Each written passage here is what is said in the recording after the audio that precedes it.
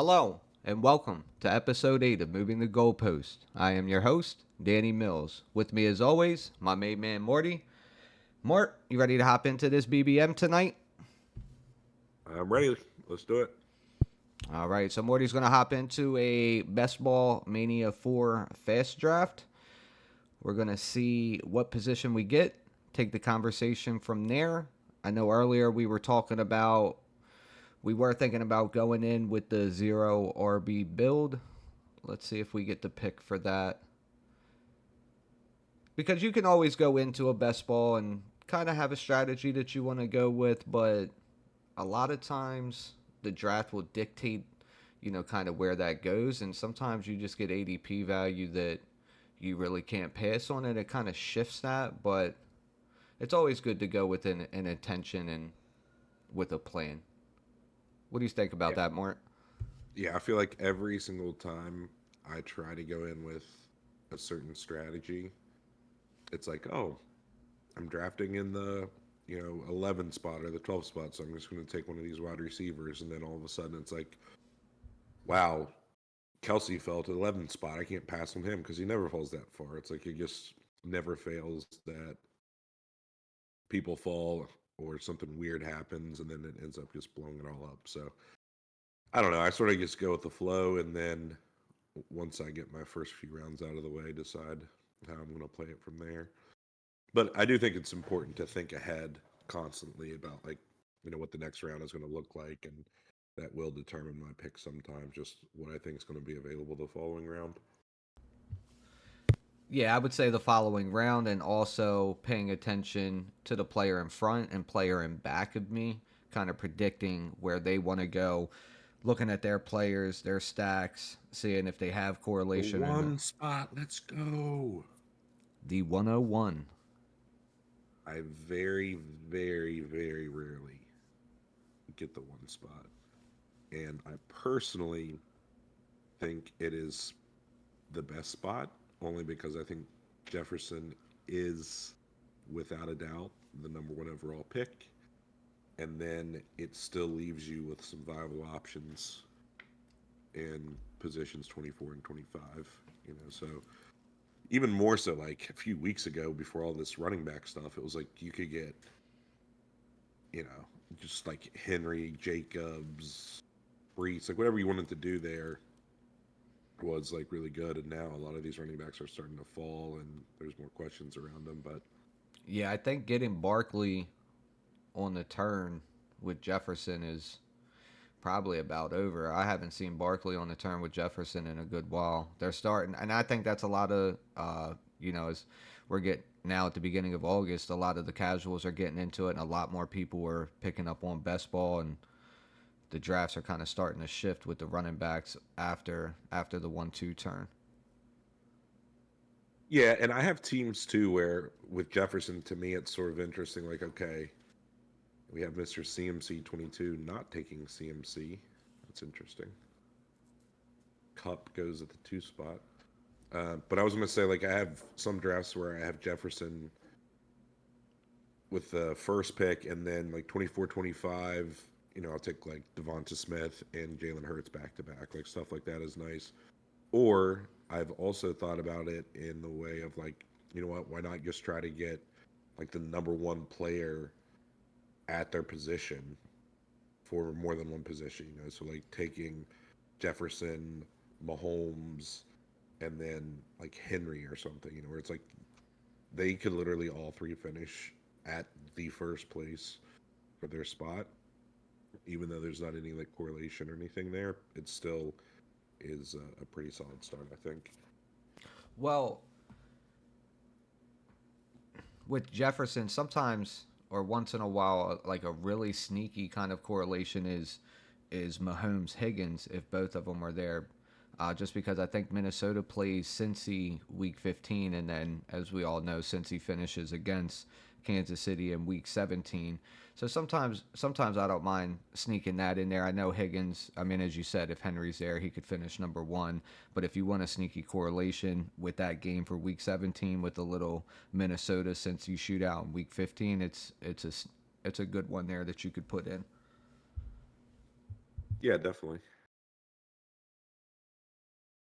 So let's just do a little recap here. Like I said, Cup at 2, Chase goes at 3, McCaffrey, Hill, Bijan at 6. So a little something different there. Kelsey at 7, Diggs at 8. So nothing too crazy, but not necessarily the normal order you'd expect. No, and it's usually after pick 4, 5 through 10 kind of goes in a different order. It's very rarely you see them fall by ADP.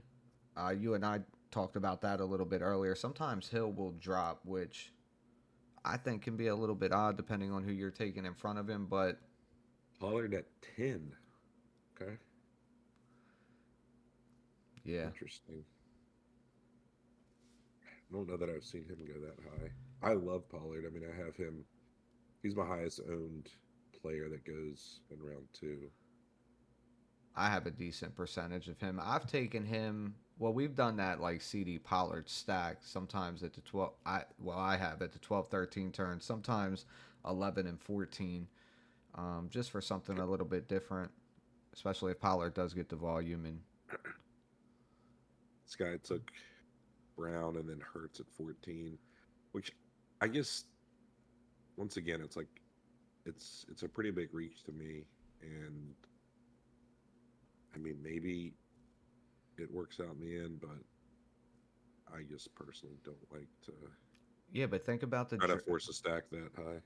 right, and think about the team I just sent you. I think yesterday or the day before that I went Brown, got Adams on the comeback, and by God's miracle got Hurts at like Right. 33.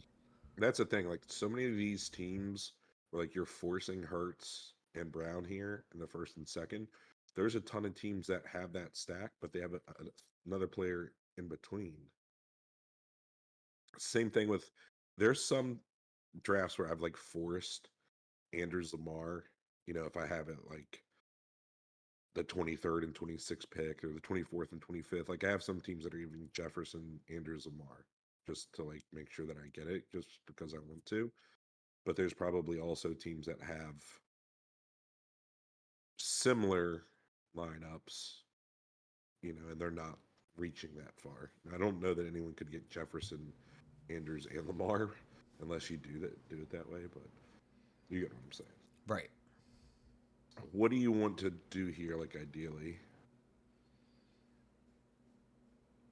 Mm, I mean, it looks like For we're. we'll see who's left, but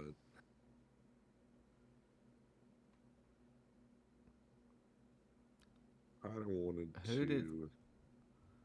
I mean, listen, we talked about doing our zero or B build in this one. Let's just run it. Higgins, Smith, I'm all for it. I like it. see how it plays out.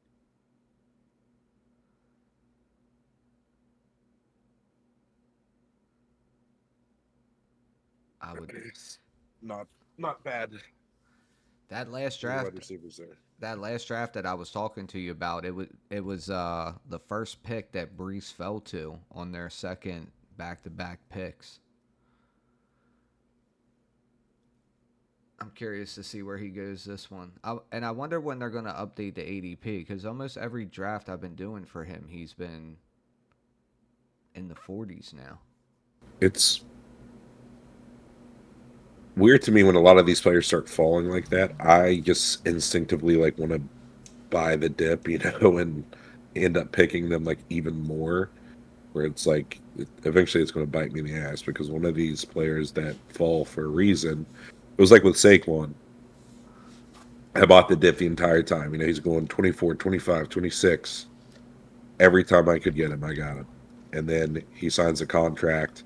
Now he's knocked back down again into 17, 18, whatever, sometimes earlier. So I'm glad that I, continued to pick him. Same thing with Jacobs. Whenever he's fallen, I'm taking him. Uh, I still am taking Brees. I haven't taken as much from Andre just because I don't really. He's never been a guy that I've been super heavy on, anyways. But all these like theoretical situations are so hard to decipher, and it's like, yeah, there's always risk involved with everything, but I would rather just take the risk that everyone else is overreacting and capitalize on that personally. Yeah, that Barkley call was a good call.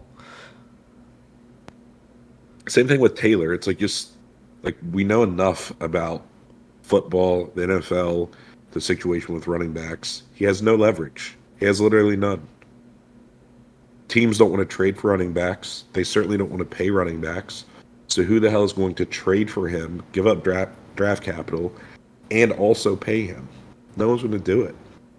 So unless he like literally decides he's just going to sit out or whatever, I don't think anything's going to happen.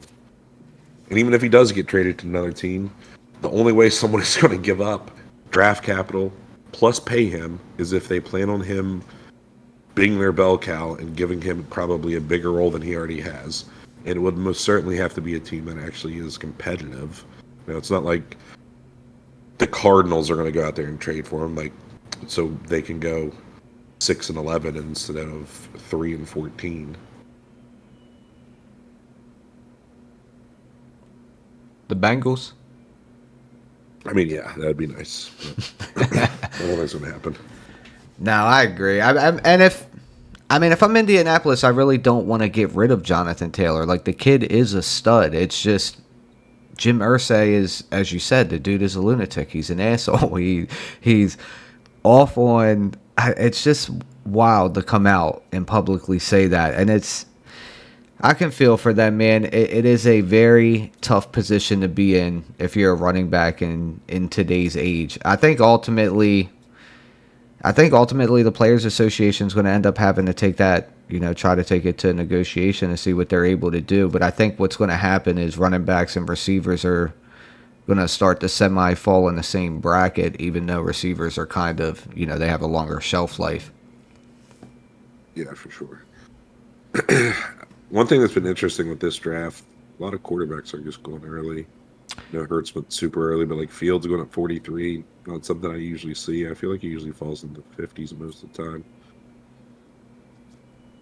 So, let's see what we want to do here. I'm okay with a lot of different routes that we can take, honestly. I was going to say, there's a few different ways you could take it. You could take your Bengals stack if Big Mike falls.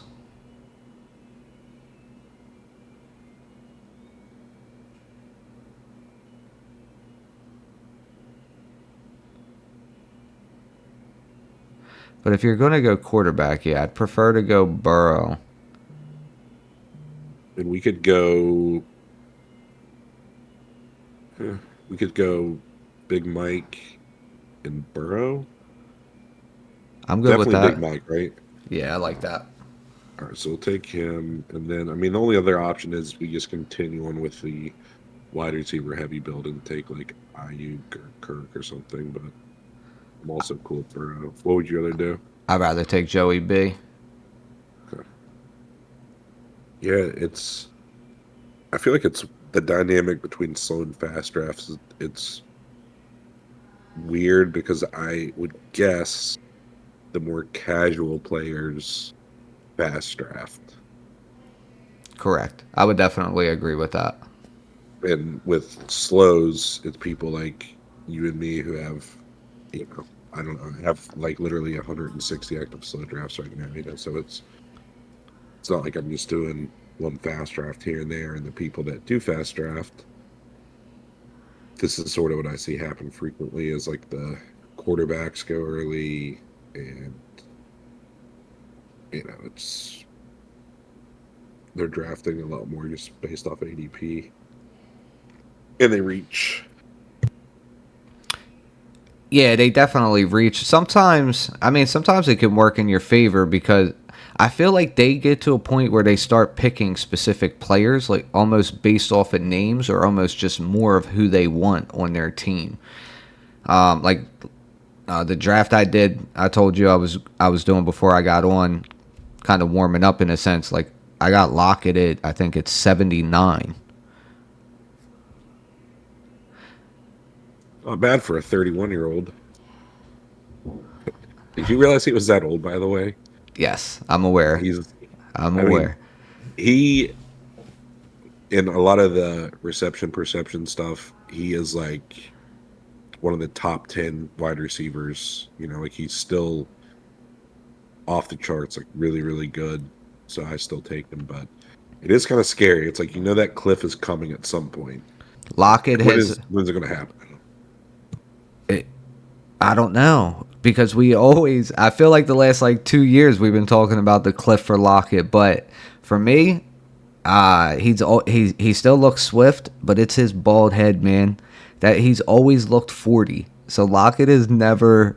He's never changed. I feel like he's primed to almost do the same thing he did last year. I know JSN is a little bit of a threat to him, but I'll take his 31-year-old. Want Gabe to fall. I would like to get Gabe. Very, Very possible. And Addison. Both. I think Gabe, I'm pretty sure he finished last year as the wide receiver 36, I want to say. Don't quote me on that, but it's close to that anyways. Pretty sure it's 36. We need someone here to fact check me, but I guess my point is like he's still in one of the top 3 offenses in the league, and he had a lot of just like mediocre games last year, but he had a lot of massive games too. And I feel like last year was sort of his like floor. Like it definitely wasn't his ceiling. Like we know what he can do. He's put up massive, massive games numerous times and not by accident. So I think that worst case scenario, like you're just drafting him where he finished last year. And I think there's only a chance of him improving from there. Like I don't think he's going to be worse than wide receiver 36, 37, wherever he's at. So that's just why I think big fan of him. So last year, Gabe actually on Fantasy Pros they had him listed at 24. I don't think he was. Was that PPR or half PPR? You know what? That might be PPR. 36. Good call, Morty. Spot on. Yeah, 36. 93 targets, 48 receptions, 836 yards. Yeah, and do the math. 43 catches for 800 plus yards. Like that's 20 yards reception. It's like whenever he does catch the ball. I mean, we can go Addison Davis. I'm with it. If we can. I'm with it because then that gives you the. Let's just make sure.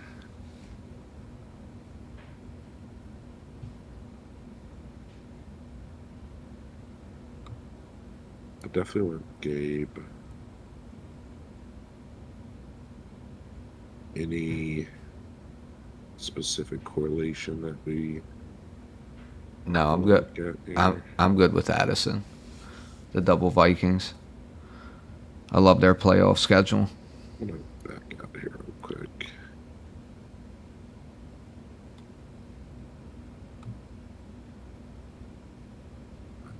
It'll be way down here somewhere.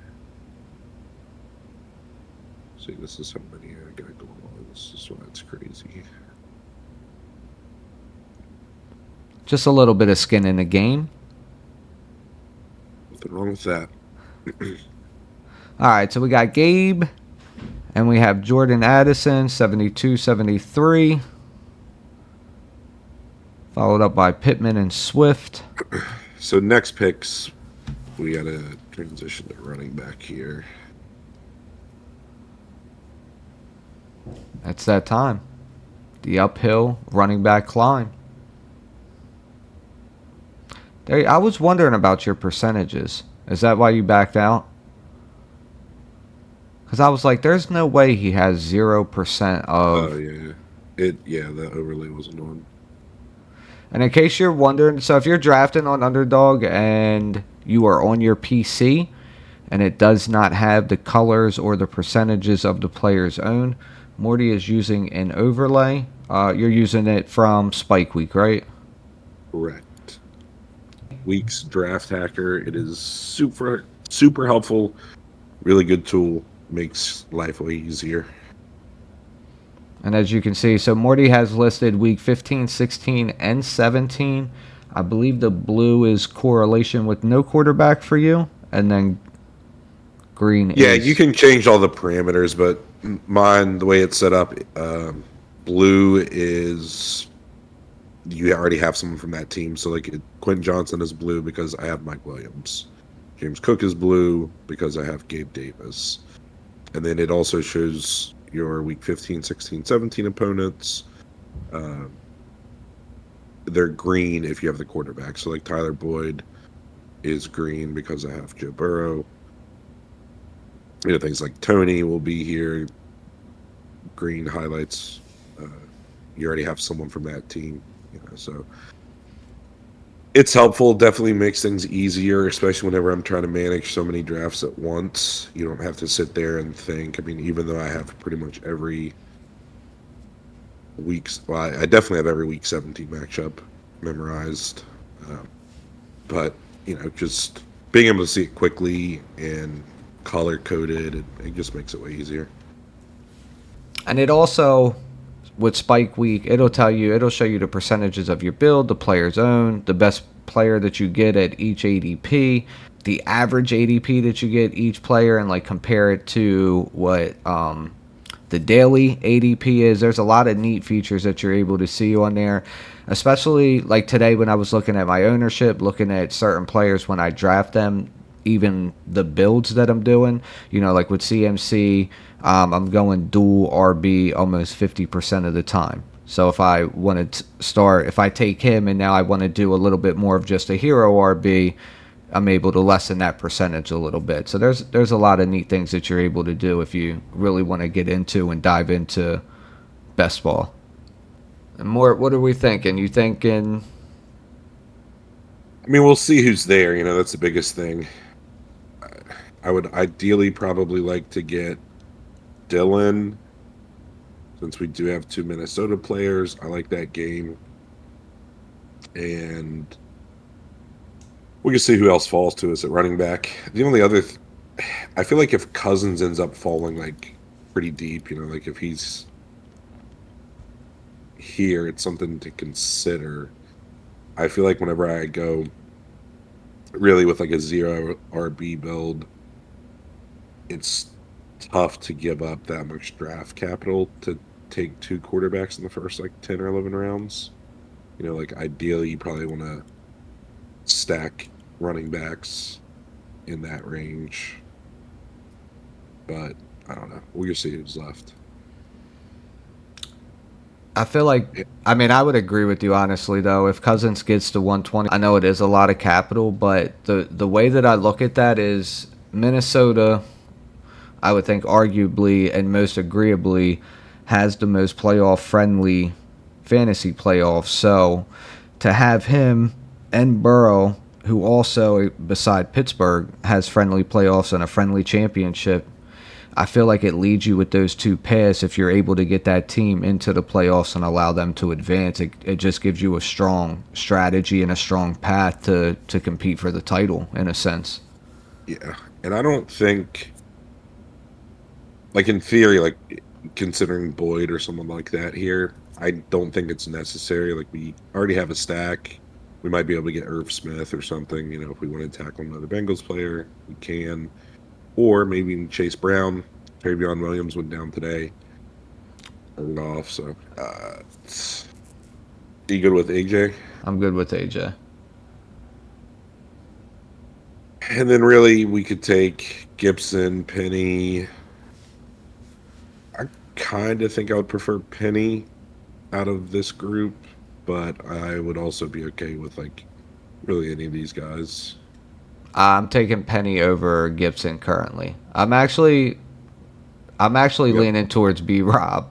B Rob a little heavier than Gibson, but I've been heavier on Gibson too so far. So I just want to kind of even that ownership out. All right, I took Penny because we had like 4 seconds left there. So, and these are two guys. I think the interesting thing for me with zero RB builds. It is the most volatile position. There's more injuries that happen at the running back position than anywhere else, offensively. And it's just a lot of these guys in this range, like Antonio Gibson or B Rob, like they're probably going to split carries somewhat. Gibson would be more of like a pass catcher, but you can get a starting running back who is like literally getting 20 carries a game at 110, sometimes 115. Damian Harris is going to be one of the best offenses in the league, who is more than likely going to be the goal line back.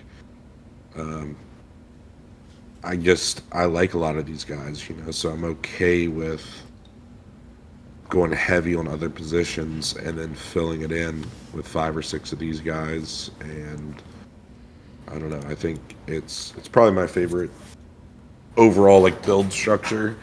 Is doing it like that, but it also depends on who falls to you. Like I got Harris at like 131 earlier whenever I was doing like a 0 RB build. So it's like, yeah, that's nice because he's normally not there, and I like Harris a lot.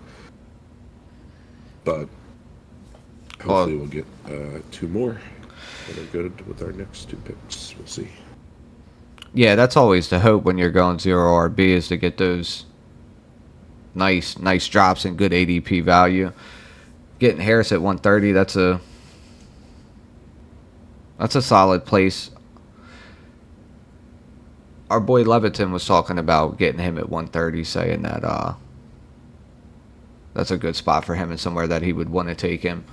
I don't mind him though I don't mind him at where he's going right now either though at 118. No, because I want to take risk on guys that are either going to be like the third down back and like 2 minute back or goal line back, like play a significant role at least. If it's somebody that is like literally the backup, I don't really like. I don't know. There's just a big difference to me between someone like I don't know. Let's just say Damian Harris versus like Tyler Algier. I don't know what Tyler Algier is going to be doing. I do like him, and I would still like pick him on a team like this. But I think Damian Harris is going to get way more work probably than Algier. Still to be determined, but like to me, there's just like a difference there as far as like comfort level goes, if that makes sense. Like there's a difference in someone that's like the backup versus a specific role in the offense. Right. Like I mean, I would say more of like a Jalen Warren, who's probably like a true cuff. Probably will give Najee some breathers. I mean, I know he got a little bit of time last year, but down the stretch, Najee just kind of took that role. And if he continues with it, Jalen's just going to be a true cuff, Whereas Brian Robinson, we know probably first and second down, he's going to be the base back. Like you said, get anywhere from 13 to 20 touches, give or take how the game's going.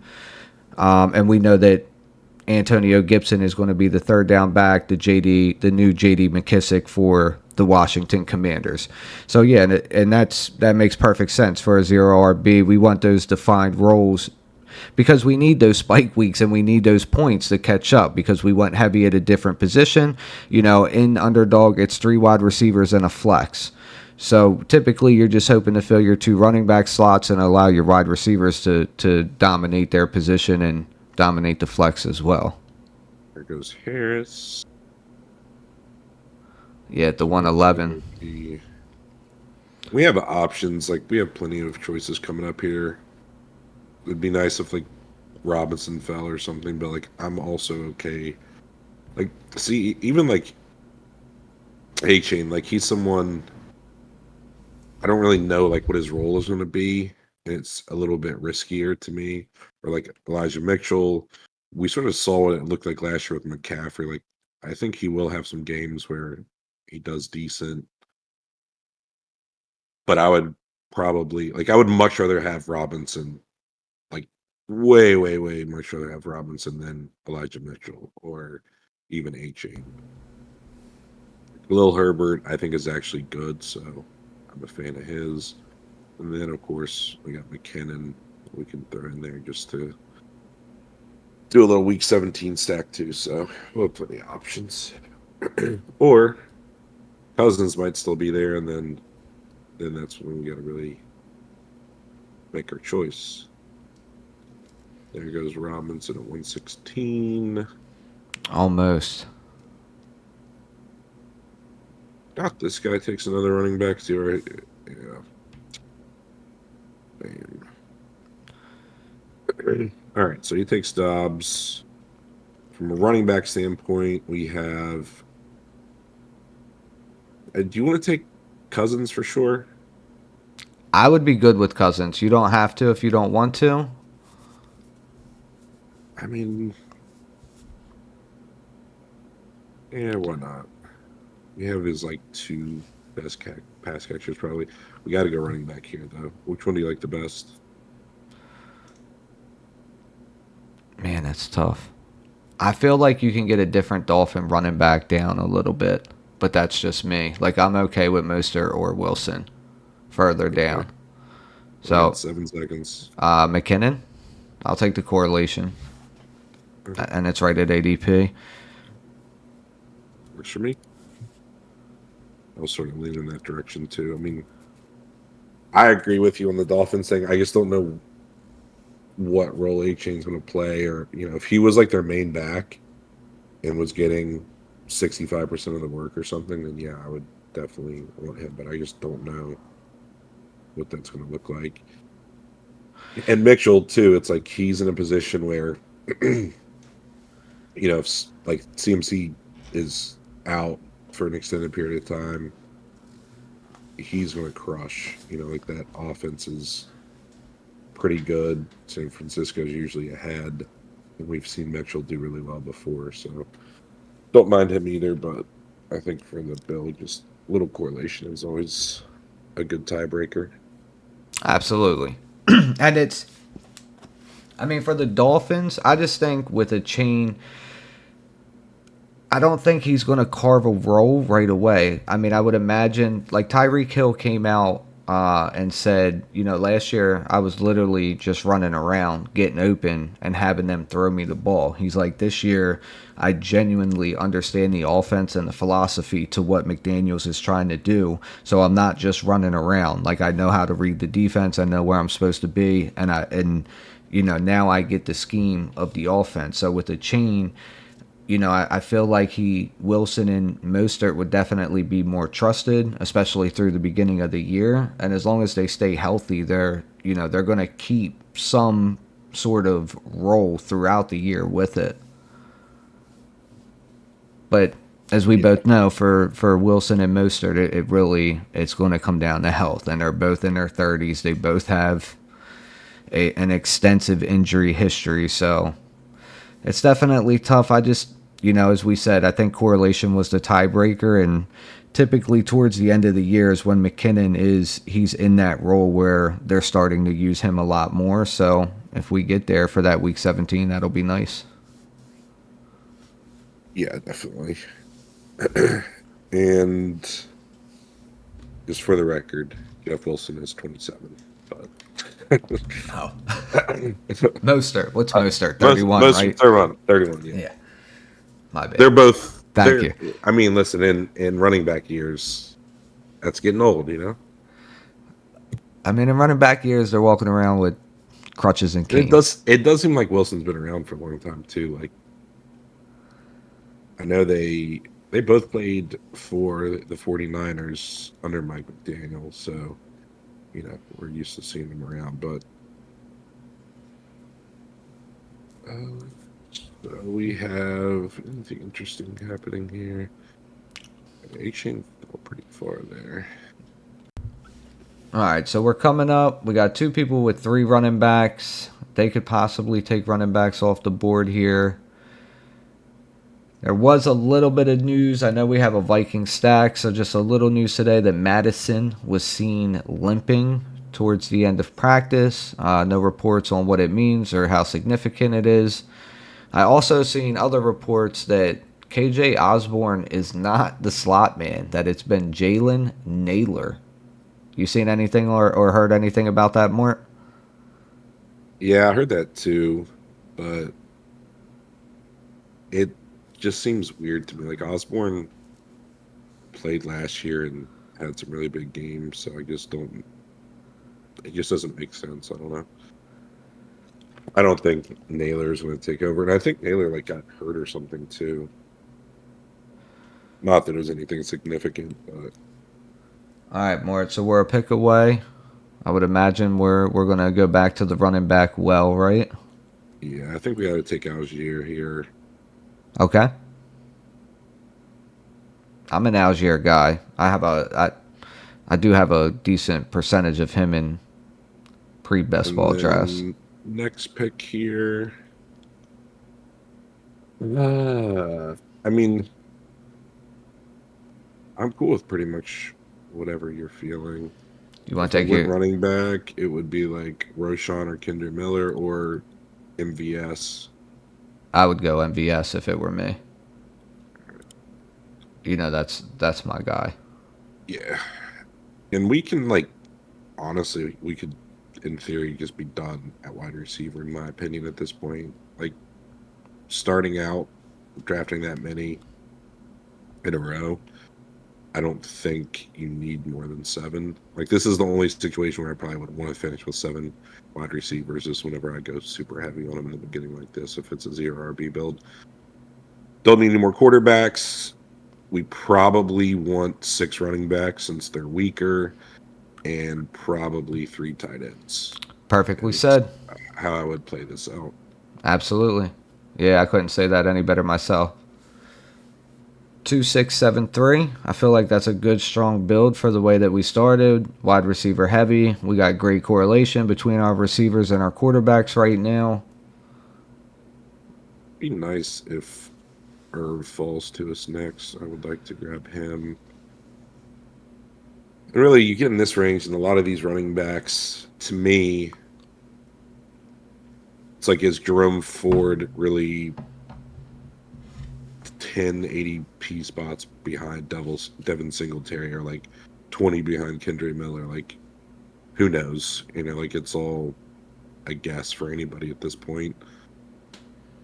You just sort of see how it plays out. I mean, he could be 10 behind.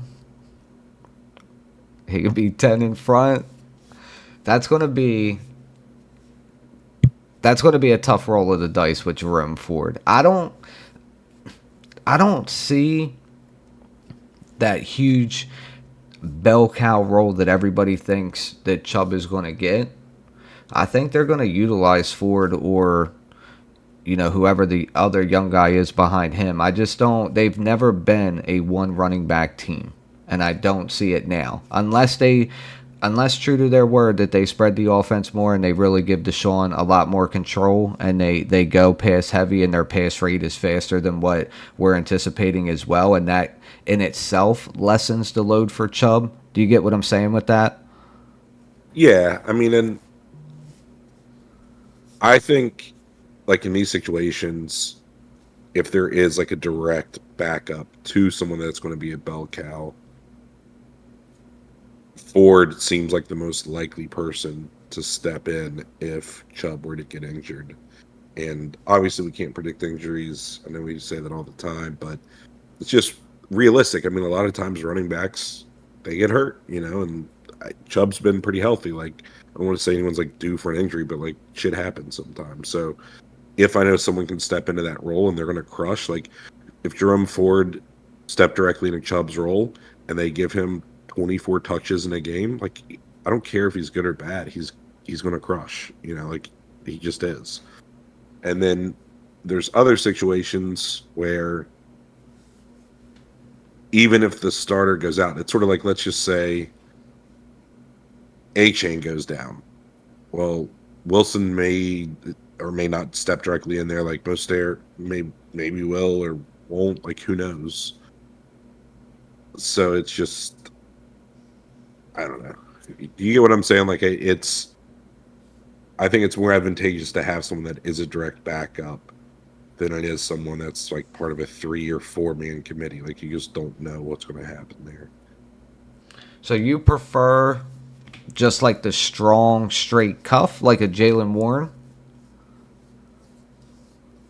I would prefer him to. Yeah, I actually like Jalen Warren because I don't think Najee's that great, and Warren was like outperforming him at the end of the year. So I think they're going to give him more work this year. But and then the same thing, like yeah, if Najee went down, like Warren's going to crush. If Chubb goes down, Ford's probably going to crush. I think it depends on. I also think it depends on the spot that you're taking them. Yeah, Let's just discuss our pick here too, real quick. So Irv I Smith. think definitely Irv. We don't have a tight end.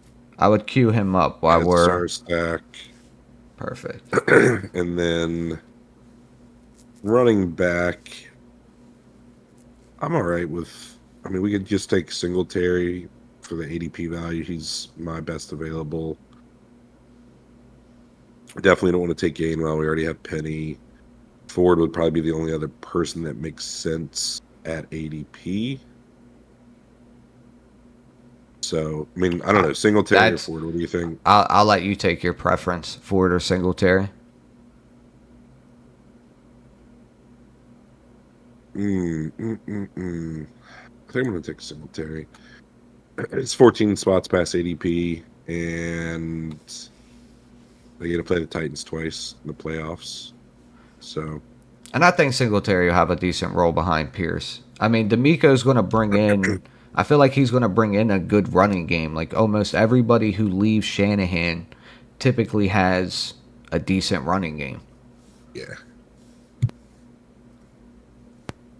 Well, and Singletary can be the guy that's, catching some passes and maybe plays a little bit different role for them. We'll see what that looks like. But I mean, he's probably my favorite style back that you want to take because he might be somebody who, if Pierce goes down, he goes from the third down back and 2 and 4 minute back to a full role. And then as you said, almost any running back with volume will hit a home run. oh yeah, absolutely. So Unless right now we're at what two? Sorry, we're at 2571. So we're done at wide receiver. So we're basically looking at one running back, two more tight ends to finish this out here. my last running back, if he's there, I don't know if he'll fall. I would take a stab at old Zamir if he's there. Yeah, we could do that. I mean, and that's my thing too with Zamir. It's like you have two possible outcomes. One, Jacobs actually doesn't play, and then Zamir, his ADP is going to skyrocket. Or you hopefully have the direct handcuff to Josh Jacobs and someone that is still going to mix in and get a little bit of a role. Because I think the other interesting thing with some of these guys, like Saquon, Jacobs, whoever, like even if they do agree to like a 1-year deal, they still might at the end of the year be like, you know what? I'm not feeling very good. I'm going to sit out the last few games because they don't have a deal. It's like Lamar. Like a lot of people were questioning him last year. Like, was he actually hurt or is he just sitting out to protect himself because he doesn't have a long-term deal yet? These guys could do the exact same thing. Just end of the year, the team is not good. I don't think the Raiders are going to be any threat to do anything. So even if Jacobs does play and you get someone like Zamir here, maybe he plays the final 4 or 5 weeks of the season. And then someone with 16th, 17th round draft capital here it's definitely worth it.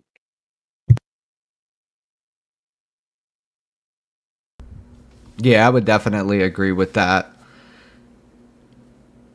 And as we're coming up to, are we coming up to our final two picks?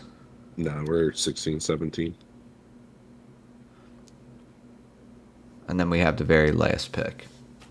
Correct. Well, it was nice to get the 101 with you tonight, little Jefferson. Yeah, no, it's something I rarely ever get. So definitely nice to just get something different. So used to getting like 7, 8, 9, which is like my least favorite spots.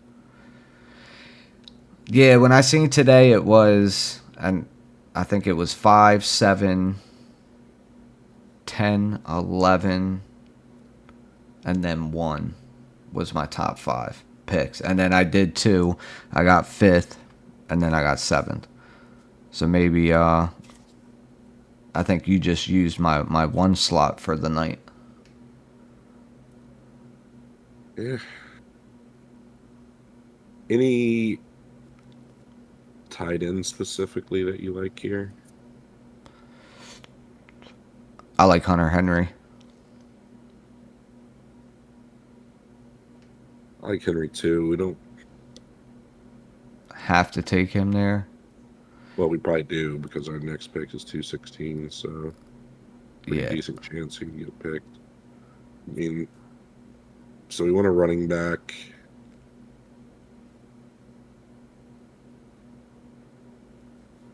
I think someone picks him here already. I didn't really pay attention. Yeah. I'd be okay. Well, I don't know how much Chase Brown you want to take, but I'm okay with the 3-level stack. The running back, wide receiver, tight end. If Brown gets a little bit of a role. So that was actually someone else I was going to consider, anyways. Sort of like, which backup do you want here? Ty Chandler or Brown or whatever. I meant to pick Brown, and then I clicked him and went away there. But Yeah, I mean, either way, we're okay with it. It just adds to the Viking stack. not going to make or break anything. No, and I forget. Outside of Ty Chandler, it's Dwayne McBride, and then do you know how to? I can't say that guy's name. I think it's like Ngannou or something like that. But he wasn't on the field today, so yeah. So when Madison went down, it was Ty Chandler taking most of the reps today. Yeah, a lot of these guys, it's really hard whenever you're this late and there's guys that are like unproven or never really had a role. Even like we were talking about earlier with like Jerome Ford, like if one of these starters do go down, Chubb goes down, Madison goes down, Mixon goes down, there's probably a fairly high chance that these teams are going to sign someone anyways. You know, it's like maybe they bring in Kareem Hunt or Fournette or whoever at that point. Like who knows who ends up not getting signed, you know, or who's still a free agent going into the season. So I'm taking a risk on a lot of these people, and you know, I prefer to take tight ends and running backs whenever we get this slate anyways. So our last pick is going to be tight end, right? So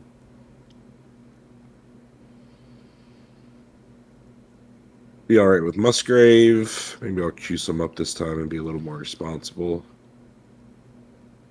I'm good with Musgrave. I mean, I don't mind Jake Ferguson either. I think he has a little bit of role. The rookie's hurt.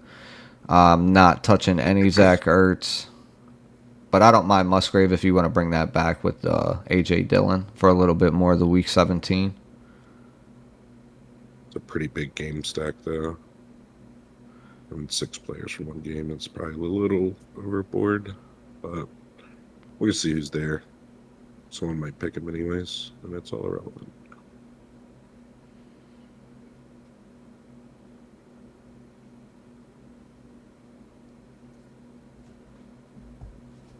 I like Josh Oliver.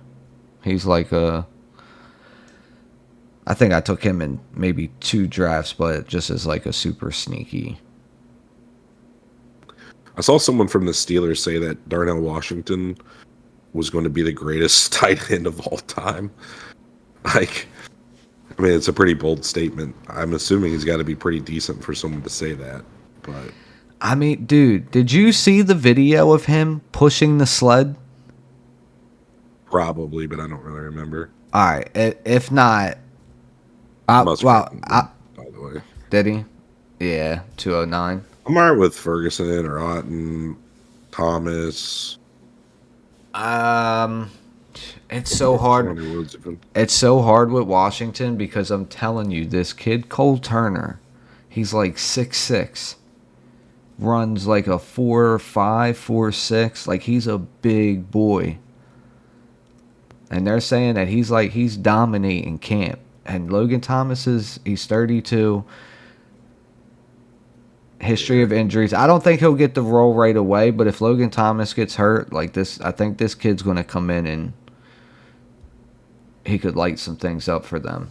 I'd probably lean Cade Otton here, specifically just because Ferguson and Smith have the same bye week, and whenever I'm taking 3 like tight ends sort of towards the end, I'd prefer they don't have the same bye week just because their weekly range of outcomes is like potentially 0 anyways. I would agree. So I'd say either Otton or Jelani Woods for me would be my like one or the other. Go Otton. I'd prefer Otton.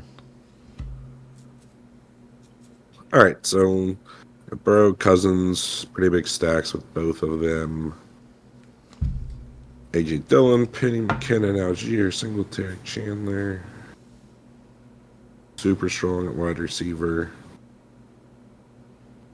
All right, you want to pop up the board and you want to just run through it real quick? All right, so we came in. Again, this is a Best Ball Mania draft. We got the 101 tonight.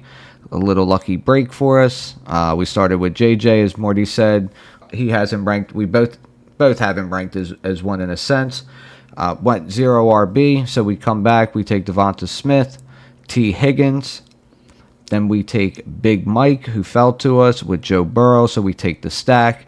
A little Gabe Davis, Jordan Addison to add to the Vikings stack, and then we start stockpiling our running backs with A.J. Dillon and Rashad Penny. Kirk Cousins falls to us at 120, so we take that stack.